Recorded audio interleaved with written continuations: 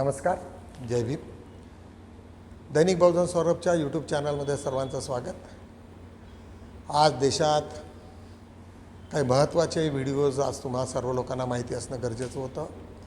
ते म्हणजे advocate Pasha supreme कोर्टाचे असे एक वकील आहेत की जे सातत्यानं EVMवरती लढत आहेत आणि त्यांनी जो फॉर्म भरला होता त्याच्यापासनं ज्या ज्या घटना घडत आल्या इलेक्शन कमिशन, चीफ इलेक्शन कमिशनच्या बदमाशा आणि BJP सोबत जे पूर्ण यंत्रणा कशी काम करते आहेत त्याच्यावरनं जे व्हेरिएशन्स आले, जवळपास 400 ते 500 पोस्टवरती त्यांनी गडबड केल्याची बाब आहे. आणि जर त्यांचा EVM जर नसता तर आज जवळपास 40 ते 50 पोस्टवरती BJP समेटून गेली असती, अशा पद्धतीचं विधान आहे. आणि ते लगेचच तिथल्या पोलीस स्टेशनमध्ये त्याची कंप्लेंट करणार आहेत, कारण तिथे CVC आपला चीफ इलेक्शन कमिशनचे जिथे ऑफिस आहे तिथल्याच पोलीस स्टेशनमध्ये ते करतील. कारण जसं जसं जे लोक जागृत होते आहेत त्याच्यामुळं त्यांच्या शंका जास्त निघालेल्या आहेत. आणि बरं झालं की इंडिया गव्हर्नमेंटनी सर्व लोकांना सांगितलं की ही जे अफवा आहेत त्याच्यामध्ये हा मोठा गेम होऊ शकतो, तुम्ही किंवा अजिबात हालायचं नाही तिथनं. आणि त्याच्यामुळे आज जे कमी याच्यात जेवढ्या ज्या BJPची हार झालेली आहे जिथे तिथे हे याच्यावरून स्पष्ट झालेलं आहे. म्हणजेच हा गेम होता मोठा. बघूया आपण त्याच्यावरती आधारित एक छोटासा व्हिडिओ. सोबतच एक दुसरा व्हिडिओ आम्ही चंद्रशेखर आझाद ज्या पद्धतीने उत्तर प्रदेशामध्ये तो उभरून आलेले आणि त्याच्यामुळे BJPची मोठी हार झालेली आहे, ही एक महत्त्वाची बाब तिथे असल्यामुळे दोन्ही व्हिडिओ आम्ही तुम्हाला घेऊन येत आहे. बघूया प्लीज. खेल नहीं होता तो इंडिया गठबंधन के पास बहुमत होता, ये दावा सोशल मीडिया पर किया जा रहा है और बवाल मच गया है. आपको बता दें, जब से EVM के वोटों का आंकड़ा निकलकर सामने आया है तब से पत्रकार हो, चाहे राजनीतिक विश्लेषक हो और चाहे सुप्रीम कोर्ट के वकील हो, लगातार इन्हें शेयर कर रहे हैं और सवाल किया जा रहा है कि आखिर EVM में जितने वोट डाले गए हैं उसकी संख्या बढ़ कैसे गई.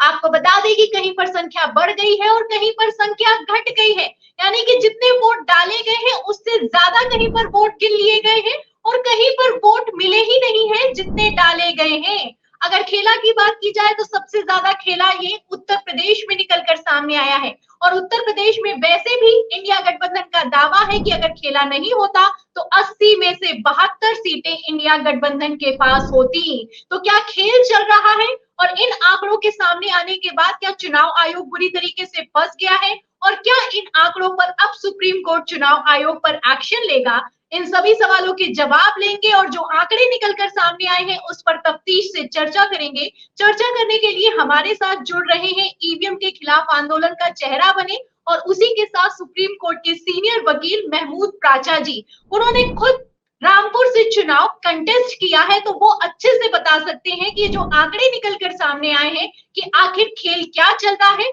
और इस खेल के पीछे कहानी क्या है. तो हर एक सवाल का जवाब देंगे और उन्हीं से सवालों का जवाब देने के लिए उनका मैं स्वागत भी करती हूँ 4 PM पर. तो रिपोर्ट निकलकर सामने आई, आंकड़े निकलकर सामने आए, उसके बाद से ये आंकड़े सोशल मीडिया पर वायरल हो रहे हैं और इन आंकड़ों में आप देख सकते हैं साफ साफ लिखा हुआ है वोट डाले गए 8,08,43,23,028 और उसी के साथ वोट काउंट किए गए हैं 8,76,75,134, यानी कि 47,894 वोट कम हो गए हैं. कहीं पर वोट कम हो गए हैं, कहीं पर वोट ज्यादा हो गए.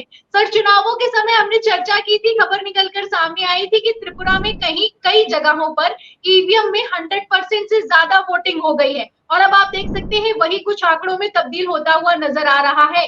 इन आंकड़ों पर आपकी पहली प्रतिक्रिया क्या होगी सर? देखिए, इसको समझने के लिए पहले जो मैं बात शुरू से कहते आ रहा हूं, लेकिन माहौल ऐसा पब्लिसिटी करके और दूसरी तरीके से पैसा खर्च करके ऐसा बना लिया गया कि जैसे NDA के अलावा BJP को बहुत बड़ा बहुमत मिलने वाला है, 400 पार और ये सब करके माहौल बना लिया ऐसा. तो हम लोगों की बात जो सच्ची बात थी कि अगर 40 से 50 सीटें भी BJP क्रॉस करती है, Bharatiya Janata party, not NDA, तो वो घपले से होगा, धांधली से होगा. और धांधली की सबसे बड़ा जरिया जो है ये मशीनें. ये धांधली वाली मशीनें ना होती तो 40-50 का आंकड़ा भारतीय जनता पार्टी क्रॉस नहीं करती. ये हकीकत है, सच्चाई है. ये सच्चाई आज खुले या कल खुले वगैरह खुलेगी जरूर, क्योंकि हम लोग इसके पीछे लगे हुए हैं, और रामपुर से चुनाव लड़ने की वजह भी मेरी यही थी कि ये मशीनों की गड़बड़ी हम पकड़ सके। तो अब ये मैं आपको एग्जांपल देके बताना चाहता हूं कि अगर कोई चोर चोरी करके और उसमें पैसे और सामान रख के बैग में भागता है, तो वो कोशिश ये करता है कि उसके कोई सबूत ना छूटे, लेकिन कुछ पैसे रुपए गिर जाते हैं, सड़क पे गिर जाते हैं, कुछ छोटे मोटे तो कुछ ना कुछ तो गिर ही जाता है, कुछ ना कुछ सबूत हर एक चोर छोड़ जाता है। तो ये जी जो जी हजारों में हेर फेर नजर आ रहा है आपको, वो इसलिए वो वाला है जो चोरी हुई है वोटों की, उसमें से जो कुछ गिर गए या कुछ वो जो उनकी गलतियों से पकड़े जा रहे हैं, ये वो पकड़े जा रहे हैं। मगर बात ये सच है कि हर एक सीट पे धांधली हुई है, हर एक सीट पे गड़बड़ हुई है, लेकिन पकड़े मेरे ख्याल से कम 500 सीटों का डेटा तो सड़क मार्केट में आ चुका है, और वो इलेक्शन की वेबसाइट से ही आ रहा है कि उसमें देखिए ईवीएम का सबसे बड़ा जो एक पॉजिटिव पॉइंट, सुप्रीम कोर्ट में भी इलेक्शन कमीशन के वकीलों ने झूठा बताया हमको गुमराह करने के लिए, और पूरी दुनिया में बता रहे हैं कि इससे एग्जैक्ट काउंटिंग हो जाती है, एग्जैक्ट, क्योंकि ये मशीन है इसलिए इसमें एक भी वोट आगे या पीछे कम या बढ़ती नहीं हो सकता। ये इसकी सबसे बड़ी खूबी और खासियत बताई जा रही थी। लेकिन अब अगर ऐसा हो रहा है, और इस खासियत से मैं इस पे भरोसा भी कर सकता हूं, क्योंकि ये बेसिक काम है ना, कैलकुलेटर भी अगर आप कोई कैलकुलेटर यूज करते हैं तो वो एग्जैक्ट बताता है, लेकिन ये एग्जैक्ट क्यों नहीं आ रहे वोट्स, क्योंकि इसमें हेरा फेरी गड़बड़ी एक लेवल पे नहीं कई लेवल पे की जा रही है, ताकि भारतीय जनता पार्टी 542 सीटों में से 538 सीटों पर गड़बड़ी निकलकर सामने आई है। गड़बड़ी भले ही एक वोट की भी अगर गड़बड़ी हो तो वो गड़बड़ी होती है, यहाँ पर तो हजारों में संख्या है। इस पर क्या कहेंगे, क्योंकि सुप्रीम कोर्ट ने तो कह दिया था कि ईवीएम पर भरोसा कर सकते हैं, ईवीएम में कभी धांधली हो नहीं सकती है, ईवीएम को लेकर ये जो याचिकाएं दाखिल की जा रही हैं फर्जी हैं, और ये जो याचिका दाखिल कर रहे हैं इन पर कार्रवाई होनी चाहिए। आप भी मांग कर रहे थे, आपने भी याचिका दाखिल की थी। अब क्या कहेंगे सर, आंकड़े निकलकर सामने आ गए, और ये आंकड़े तो हर कोई शेयर कर रहा है, पत्रकार भी शेयर कर रहे हैं, सवाल किया जा रहा है। सर देखिए, उस समय जो वकीलों ने वो केस फाइल किया था उन्होंने गलती की थी ये कह के, और वो बहुत बड़ी गलती थी कि हमें इलेक्शन कमीशन के ऊपर कोई शक और शुबा नहीं है, यही सबसे बड़ी गलती थी। और इलेक्शन कमीशन ने झूठे एफिडेविट कोर्ट में फाइल किए, और वही झूठे एफिडेविट अब साबित हो गए। हमने 2 केस हाईकोर्ट में डाले हैं और हम दोनों जीते हैं। उसमें हमने ये सारी प्रक्रिया की वीडियोग्राफी का भी ऑर्डर ले रखा है दिल्ली हाईकोर्ट से, 543 की 543 सीटों पर। तो अभी जो ये आंकड़े निकल के इलेक्शन कमीशन की वेबसाइट से आ रहे हैं ना, जब ये वीडियोग्राफी निकल के आएगी देश के सामने, तो मुझे नहीं लगता कि इलेक्शन कमीशन के अधिकारियों को, खासतौर पे राजीव कुमार जी को, मुंह दिखाने का भी साहस होगा जनता का। वो मुंह छुपाते भागेंगे। और प्रधानमंत्री जी ने जो 6 मिनट एनडीए में के जो बैठक हुई थी पार्लियामेंट हाउस में, 6 मिनट इन मशीनों के बारे में बोला था ना, ये मर गई है जिंदा है, और अब 5 साल तक नहीं कोई इसके बारे में बात करेगा। तो हमने बोला था तब भी ये कि ये अगर मर जाएंगी मशीनें तो आप प्रधानमंत्री नहीं बन पाओगे, बीजेपी की 40-50 सीटें भी क्रॉस नहीं होंगी। वो बात हकीकत है। और हम जल्दी ही एक एफआईआर, मैं आप सब लोगों को बुलाऊंगा भी, एक एफआईआर इलेक्शन कमीशन के खिलाफ और भारतीय जनता पार्टी के जो मुख्य जो लोग हैं उनके खिलाफ एक एफआईआर दर्ज कराने पार्लियामेंट स्ट्रीट थाने में हम आज या कल या परसों में जाने वाले हैं। मैं आपको उसके बारे में जानकारी दूंगा। तब ये सब जो गोरखधंधा है, ये निकल के आने का तरीका, निकालने का, इसको एक्सपोज करने का तरीका भारत के संविधान और कानून में एक ही है कि उसके खिलाफ एक एफआईआर दर्ज कराई जाए, सुप्रीम कोर्ट ना जाया जाए सीधा। मैं फिर ये सब लोगों को सलाह दूंगा कि सुप्रीम कोर्ट नहीं जाना चाहिए सीधा, एक एफआईआर दर्ज कराने हम 1-2 दिन में जा रहे हैं। उसमें एक निष्पक्ष इन्वेस्टिगेशन होगी, और राजीव कुमार जी और उनके अलावा जितने भी उनके चुनाव के अधिकारी हैं पूरे देश में, खास तौर पे जो आरओज हैं, उनकी जो गड़बड़ी और धांधली होगी वो इन्वेस्टिगेशन, विवेचना के माध्यम से पूरी दुनिया के सामने आ जाएगी। क्योंकि हमने स्वयं इतने सारे सबूत तो हमने स्वयं ही जुटा रखे हैं इन मशीनों की धांधली के, कि कोई भी आईओ जो बनेगा इसमें, वो किसी भी हालत में ऐसा नहीं कि क्लीन चिट दे पाएगा। चंद्रशेखर आजाद यूपी में अहम क्यों हैं? दरअसल वो एक दलित नेता है यूपी की 21% आबादी दलित है, इसीलिए उनका इन पर बहुत ज्यादा प्रभाव पड़ता है। वो युवा नेता हैं, उनकी उम्र सिर्फ 36 वर्ष है। सार्वजनिक रूप से बोलने और भीड़ को आकर्षित करने में वो माहिर हैं। यूपी में बसपा दलितों की उम्मीदों पर खरी नहीं उतर पाई है, कमजोर होती जा रही है और इसीलिए चंद्रशेखर आजाद के पूरे चांसेस हैं। आजाद इसका फायदा उठाने की कोशिश भी कर रहे हैं। यूपी की दलित राजनीति में मजबूत जगह बनाने के लिए भी वो कोशिश कर रहे हैं। नेहमीप्रमाणे बुद्धा या सिरियलमधनं एक छोटीशी क्लिप. इकडे राहुल सिद्धार्थाचा मुलगा हा एका पर्टिक्युलर एजमध्ये असतो आणि अभ्यासाच्या शिक्षणासाठी तो आता तिथे त्याला त्याच्या दुसऱ्या स्टेजमध्ये त्याला हे जातो आणि मध्येच त्याच दिवशी एक महायान आणि आपले शिक्षण पूर्ण नंद ह्या दोघांचं शिक्षण पूर्ण होऊन ते महालात येत असतात. राजा शुद्धोधन फार उत्साहित असतो आणि उत्साहित होऊन सांगतो सर्वांना की बघा मी जे सिद्धार्थासोबत केलं तसं करू देऊ नका, याला राहुलला मात्र संपूर्ण शिक्षण द्या, त्याला सुख दुःख सर्वाचा परिचय असू द्या, जेणेकरून माझ्याकडनं ज्या चुका झाल्या त्या होऊ देऊ नये. असा हा व्हिडिओ अत्यंत मार्मिक, अत्यंत चांगला हा तुम्हाला घेऊन येतो आहे. बुद्धा या सिरियलमधनं बघूया प्लीज.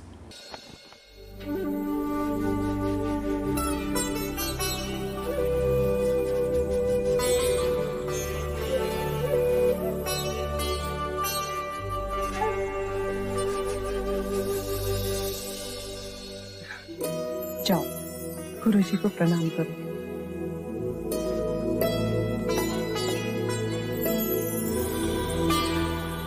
यशस्वी हुआ.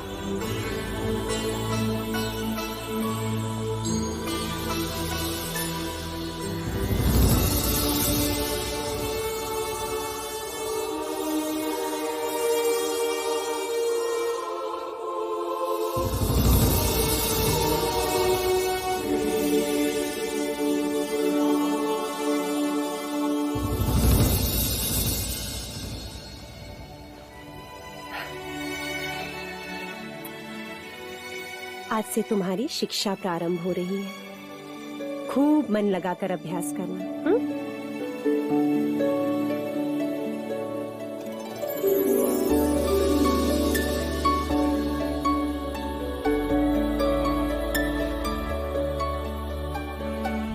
निस्वार्थ हो इस विश्व को कुछ देना, यही तुम्हारे पिता और माँ का आशीर्वाद है. अनुज, एक बात का ध्यान रखे कि राहुल किसी भी बंधन में न रहे. उसे किसी भी प्रकार के ज्ञान से वंचित न रखा जाए. जीवन के तथ्यों से उसे परिचित किया जाए. जन्म, मृत्यु, सुख, दुख. राहुल किसी भी ज्ञान से वंचित न रहे. सिद्धार्थ को सत्य से बचाने की मेरी असफल चेष्टा राहुल के साथ दोहराई ना जाए. मैं समझ गया भाई महाराज जी, आज्ञा दीजिए. चलो.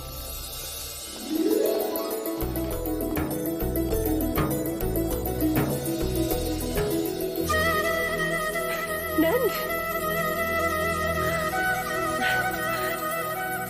नंद,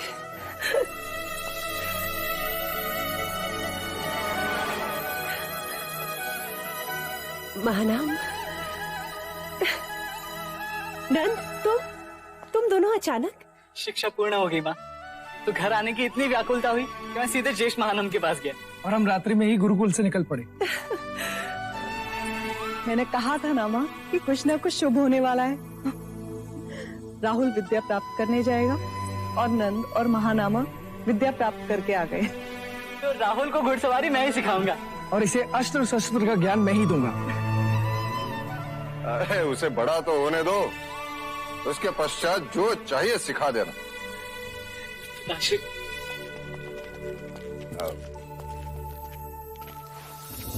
अजीब भाग्य पाया देवता ने। सिद्धार्थ जब सिंहासन खाली छोड़कर चला गया तो ये नंद आतंक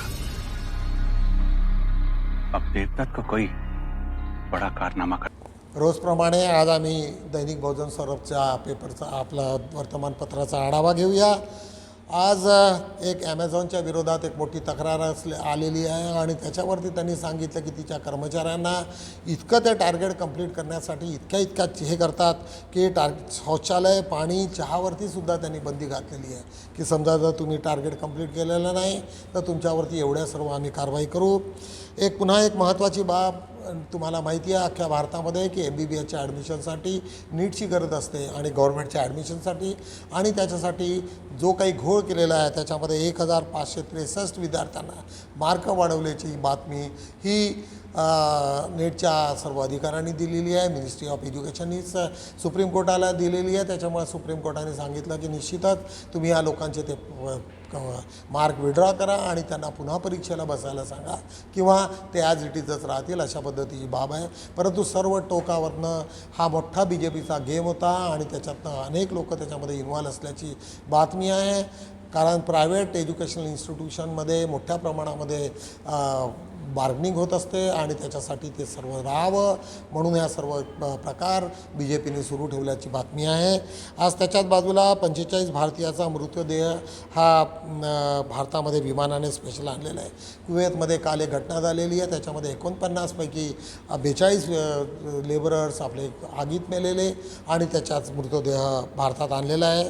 पुतळा बनवणे महत्त्वाचे आहे की लोकांचा जीव आज नागपूरची बातमी आहे तिथे विवेकानंदाचा एक पुतळा अंबाझरी तलावाच्या बाजूला बसला आहे त्याच्यामुळे अनेक लोकांच्या जीवाला धोका निर्माण होण्याची भीती झालेली आहे। त्याच्यामुळे हा प्रश्नचिन्ह असणारा आज एक बातमी आम्ही लावलेली आहे।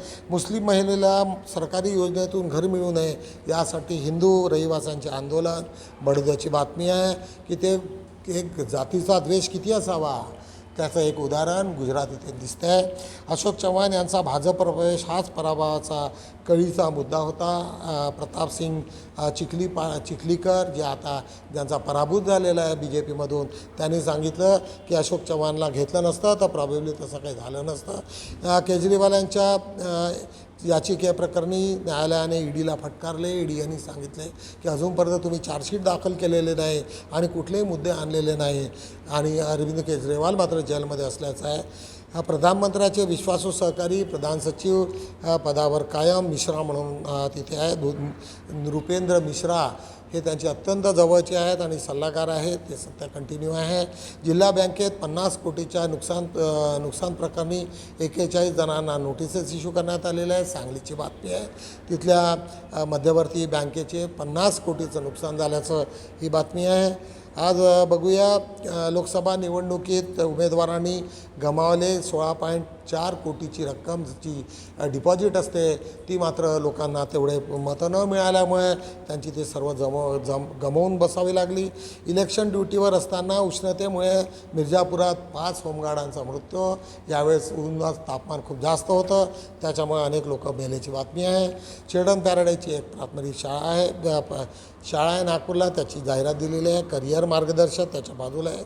आज आमचं 2 वरचं जे ब्रीदवाक्य आहे मुख्य वाक्य मी भाकी ते करत नाही कधी केली नाही आणि करणार नाही। बाबासाहेबांचं वाक्य आहे की उगीच मला प्रेडिक्शन करता येत नाही जे असेल ते मी ह्याच्यात मांडतो। आज बहुजनांनो संघटित झाल्याशिवाय पर्याय नाही। तुम्हा सर्व लोकांना माहिती आहे की आज इंडिया गठबंधननी एकत्रित संघटित झाल्यामुळे मोठ्या प्रमाणामध्ये BJPची हार झालेली आहे आणि BJPच्या हारीमध्ये दलित समाजाचे मात्र कुठलेही योगदान नाही। त्याच्यामुळे ही मोठी खंताची बाब आहे। इथे प्रकाश आंबेडकर मायावती पुन्हा आमचे जेवढे आंबेडकराईट नेते यांनी मात्र अजिबात BJPला मदत केल्याची सर्व दिसते आहे। अभ्यासक्रमात मनुस्मृतीचा समावेश असावा की नसावा याच्यावरती अविनाश टिपले यांचा लेख मनुस्मृतीवरती। आज राजकारणी 45% मतांच्या पेरणीत लागले म्हणजे आज लोकांनी सर्व बाकी सोडून 45% लोक हे फक्त इलेक्शनच्या भागात लागलेले होते। भूपेंद्र गणवीर यांचा एक चांगला एक लेख त्याच्यावरती अनेक गोष्टीचा त्यांनी उल्लेख केलेला आहे। धनंजय कीर्कृत डॉक्टर बाबासाहेब आंबेडकर या चरित्र ग्रंथावर एक विशिष्ट बाब वाचकांच्या खास विचारार्थ एक नवीन पुस्तक निघत आहे, त्याच्याबद्दलची बातमी आहे.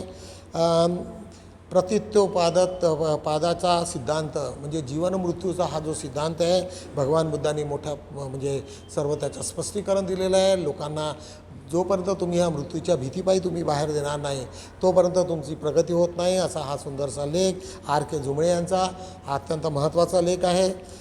गुरुदेव चळवळ मानव उद्धाराची बनो, एक ज्ञानेश्वर दुर्गादास रक्षक यांचा लेख आम्हाला गुरुदेव चळवळीचा आणि राष्ट्रसंत तुकडोजीचा असा संदेश आहे की हे जे काही मानववादी चळवळ आहे त्याचा जास्तीत जास्त लोकांना त्याचा उपयोग झाला पाहिजे. आज शिक्षणाने भगवीकरण, संविधान बदलण्याची प्रक्रिया, शिक्षणाचे भगवीकरण आणि संविधान बदलण्याची प्रक्रिया जी सुरू आहे, श्रीराम बनसोड यांचा लेख, परंतु तो शक्य होणार नाही हे आता या इलेक्शनच्या याच्यामुळे सर्वांच्या लक्षात आलेलं आहे. हा तर उलट दिशेने प्रवास, मनुस्मृती हा शिक्षणामध्ये आणणं हा उलट दिशेचा प्रवास आहे. अनिरुद्ध कांबळे यांनी त्याच्यावरचा एक लेख अत्यंत वाचनीय आहे. कोणाच्या पाठीवर मोदी पंतप्रधान, कोणाच्या पाठिंब्यावर मोदी पंतप्रधान, योद्धा शरण येत नाही तेव्हा बदनाम केला जातो. प्रकाश आंबेडकरांचा लेख आणि भास्कर भोजने यांचा हा लेख आहे. प्रकाश आंबेडकरांचं म्हणणं आहे हे सर्व जे काही असलं तरी तुम्हा सर्व लोकांना प्रकाश आंबेडकरची भूमिका यावेळेस काय राहिली याच्याबद्दल कोणाला आणि त्यांनी किती जरी उत्तरं दिले तरी मागच्या 3-4 इलेक्शनपासून प्रकाश आंबेडकरांची भूमिका काय आहे ही तुम्हाला माहिती आहे. बहुजन सौरभ विरोधी जरी असली तरी ती भूमिका मांडत असते, कारण लोकांना कळायला पाहिजे की तुम्ही लोक जे काही असूनही एवढ्या सर्व बदमाशा करूनही पुन्हा आपण कसं आपण त्याच्यावरती आपणच खरे म्हणण्याची कशी बाब आहे ही बघूया. म्हणून बुद्ध जवळचा वाटतो, एक मंदाकिनी काकडे हिचा लेख की बुद्धांनी अनेक गोष्टीवरती त्यांच्यावरती जो तुम्हाला चर्चा करायला शिकवतो, स्त्रियांच्या मतभेदात पुरुष स्त्रियाचा मतभेद मिटवतो असा हा लेख आहे. महार कोण होते याच्यावरती संजय सोनवणे यांचा सुंदरसा लेख. वेशीवर राहून गावाचं रक्षण करणारा, शेती गावाच्या सीमा सांगणारा, व्यापाऱ्यांना संरक्षण पुरवठा, शेतवारा व राज्याच्या खजिना नियोजन सुरक्षित पोहोचवणारा असा सामाजिक रक्षक म्हणजे महार समाज होता. याच्यावरती हा सुंदरसा लेख संजय सोनवणे यांचा. आज नागपूर इथे नागपूरच्या जवळ स्फोट झाला, त्याच्यामध्ये सहा लोकांचा बळी पडला. स्फोटात 6 जणांचा कोळसा झालेल्या दारूगोळा कंपनीच्या मालकाला अखेर बेड्या टाकल्या आणि त्याच्या जेलमध्ये त्यांना टाकण्यात आलेलं आहे. वंचिताच्या वतीने मनुस्मृती दहन, स्त्रीमुक्ती आंदोलन 16 जूनला 365 दिवस पुष्पहार अर्पण संकल्प वर्धापन दिन समारोप रविवारी. नागपूर विद्यापीठाच्या डिग्रीत चूक बौद्धाने केले बौद्धाचे केले बौद्धिक अशा पद्धतीची चूक आहे. सुनील केदार यांना रोखण्यासाठी महायुतीची जोरात फिल्डिंग सुरू झालेली आहे. सुनील केदार एक चांगलं व्यक्तिमत्व तुम्हा सर्व लोकांना माहिती आहे नागपूरचं. कर्मयोगीचे गावागावात निःशुल्क चष्मे वाटप अभियान. बार्टीमार्फत अनुसूचित जातीच्या विद्यार्थ्याकरिता ऑनलाईन प्रवेश प्रक्रिया सुरू झालेली आहे. लोकसभा निवडणुकीत वंचित बहुजन आघाडीचा फुगा का फुटला याच्यावरती एक सुंदरसा लेख. पृथ्वीचे वर्णन करणारे शास्त्र म्हणजे भूगोल, अश्विनी टेंभुर्णे याचा हा लेख. मोफत शालेय साहित्य वाटपाचा प्रारंभ सुरू झालेला आहे. तसंच भारतीय संविधानावर बुद्ध तत्त्वज्ञानाचा प्रभाव जवी पवार यांचा हा सुंदरशी एक लेख आम्ही दिलेला आहे. एक बातमी आहे. भारतरत्न डॉक्टर बाबासाहेब आंबेडकर यांनी बुद्धिझमवरतीच्या बळावर आपल्या देशाला संविधानाची निर्मिती केली आणि आज जो काही देश घडला हे त्याचीच निर्मिती असल्याचा हा लेख अशा रीतीने आम्ही दैनिक बहुजन सौरभच्या 4 पानाचा आढावा घेतलेला आहे. निश्चितच तुम्हाला विनंती करेल की या पेपरला जास्तीत जास्त व्हिडिओला लाईक करा, फॉरवर्ड करा आणि सबस्क्राईब करा. छोट्या मोठ्या जाहिराती द्या. एवढं बोलतो आणि थांबतो. जय भीम.